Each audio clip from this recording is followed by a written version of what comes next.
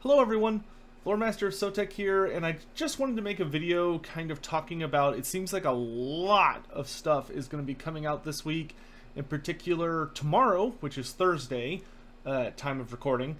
So I wanted to speak a bit about it and kind of look at some of the things that have been hinted about and talked about going forward, because this week is the Warhammer Skulls Week, which is the rebranding, essentially, of Skulls for the Skull Throne, which is a yearly event that Games Workshop used to do. So we've gotten a couple trailers that seem to hint that we're going to be getting quite a bit of information leading into this event, and we're going to go ahead and take a look at the Total War one, which came out a few days ago, I think. And this one is called Blood Will Flow, so let's take a quick peek here.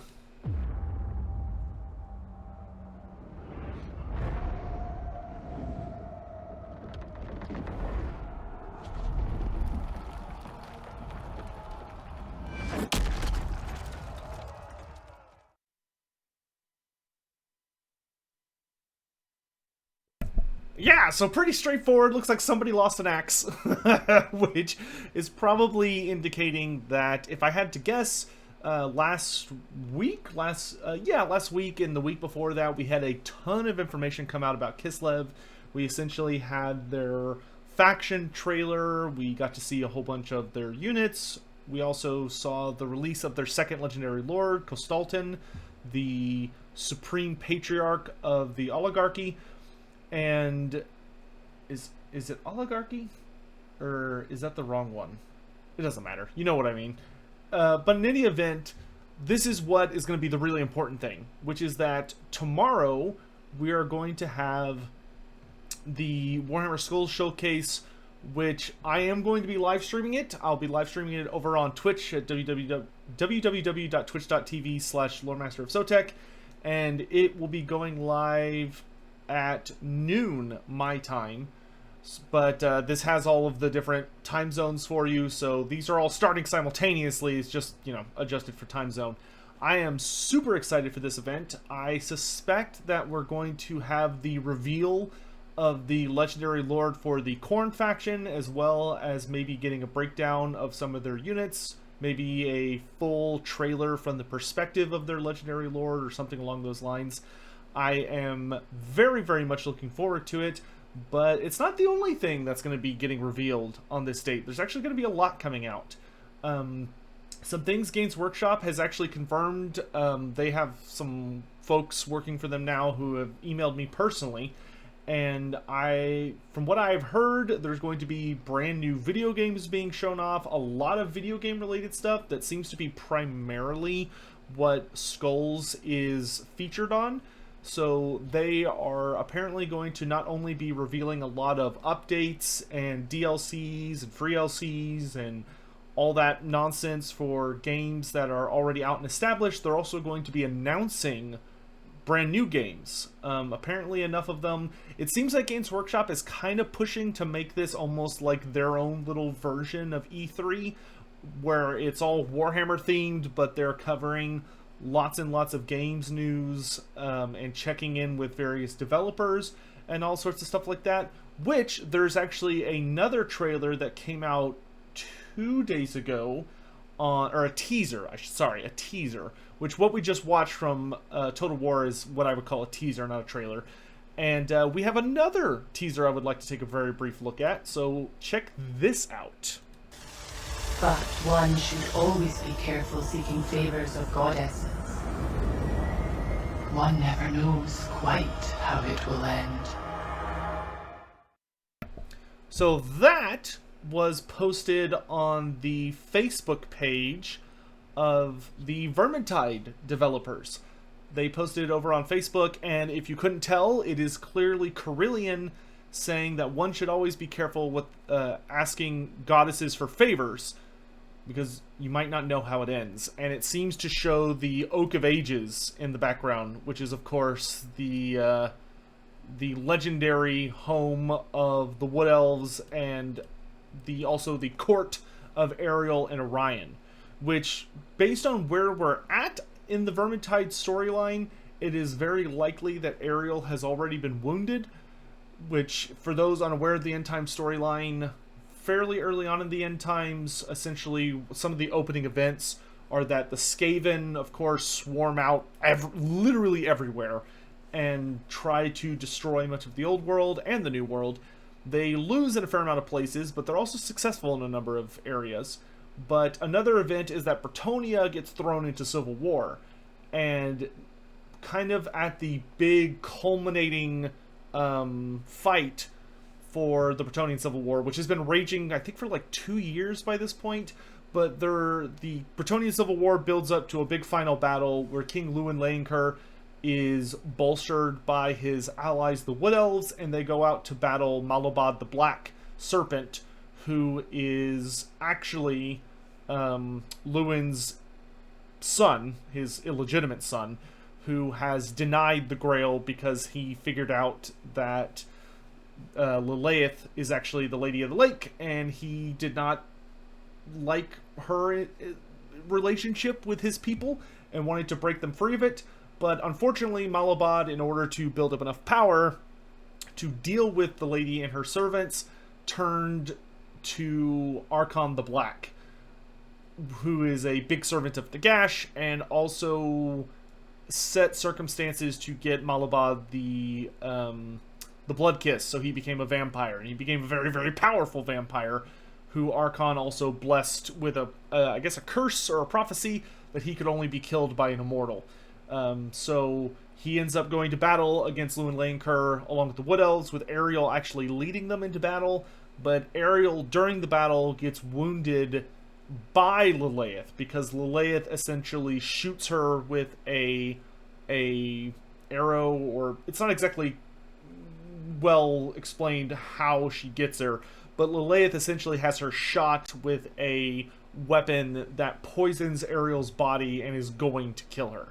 And essentially the way Ariel, the way that wraps up is that Ariel dies, but her essence is fused with that of Alariel, who is the Everqueen from the High Elves, and Alariel basically takes Ariel's essence into herself, and they kind of have like a war of the minds, and Alariel's consciousness is the one that comes out on top and basically stands dominant, but it has the power of both of them combined.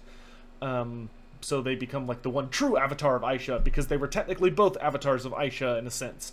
But anyway, that's a long way of saying that by this point in Vermintide, Ariel is likely dying, and has either on her deathbed, or is in the middle of, becoming one with Alariel. But we had a short story released by the Vermintide developers. There's been like a new short story released every week I think it's called like the Diary of Loner or something like that. But Loner, who's the barkeep from the first game, even though he's actually like a former spy master general of the Empire, and he's got a whole bunch of crazy stuff to him. But he's the guy, you walk into at the fortress in Vermintide 2, and he's like right there, and you talk to him. But he writes little diary entries every week that explain stuff about the universe, but also talk a lot about what's going on, and have a lot of hints about what the characters are not only up to, but also gives like big, hey, pay attention to this about where they're going and what their new careers may be. So for Kerillian, we just got this week's short story 1 or 2 days ago that she's left. Kerillian actually left the Talshorn Keep, where your base is, and she went back to Athel Loren. So with this cinematic, it seems that Kerillian has gone home, which I never thought she would do in the Vermintide storyline, and is a huge character moment for her. But it's likely that she's going home to face Ariel, or maybe Lilith, and is going to receive some massive blessing at a cost.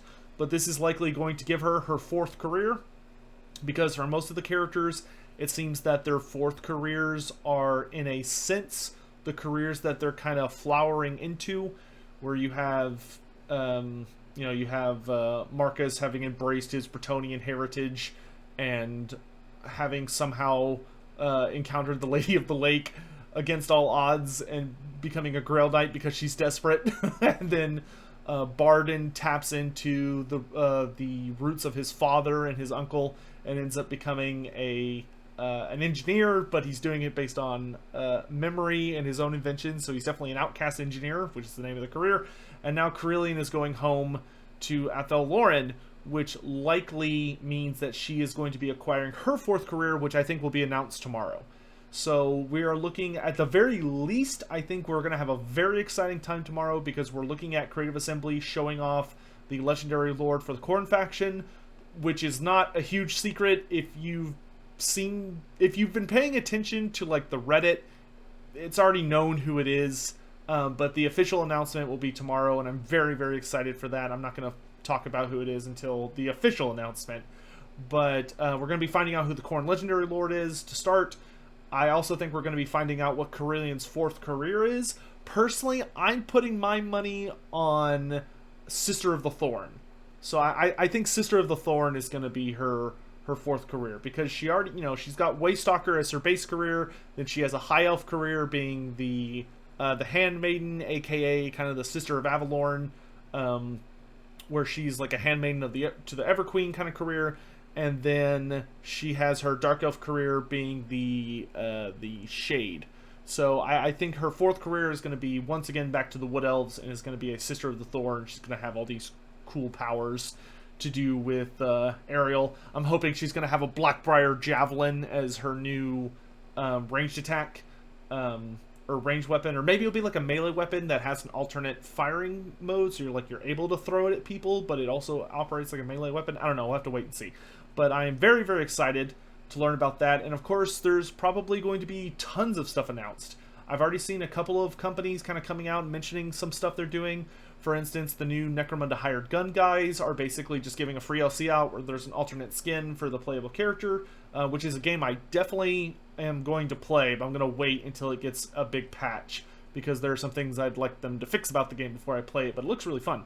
But in any event, that's going to be it. I just kind of wanted to talk about Warhammer Skulls, especially the showcase, which I will be watching live once again at www.twitch.tv/LordMasterofZotec. I really hope you'll all join me for that occasion. I think it's going to be a ton of fun. I'm really excited for what games they're going to be announcing. I think if I had the ability to make a wish, and my wish would come true and be a game they're going to be revealing, I personally am very much hoping for a CRPG for Warhammer Fantasy or AOS or just anything Warhammer. I think I'd even suffer through a 40k game if I had to at this point. Or maybe like an action RPG. But I just want an RPG set in Fantasy or AOS, or if I have to, 40k. But let me know what you guys would be most interested in seeing. Is there a particular Warhammer game that you're really, really excited to see a DLC or free DLC for? Or is there maybe a type of game that you want to see announced? Or is there a game that's been announced and we haven't heard from in a while that you're maybe really interested in? There are a couple of AOS strategy games that have been announced that we still haven't seen yet. So let me know what you guys are looking forward to, and I hope to see you all there with me as we watch the live stream together. So until then, I'll see you guys. Bye.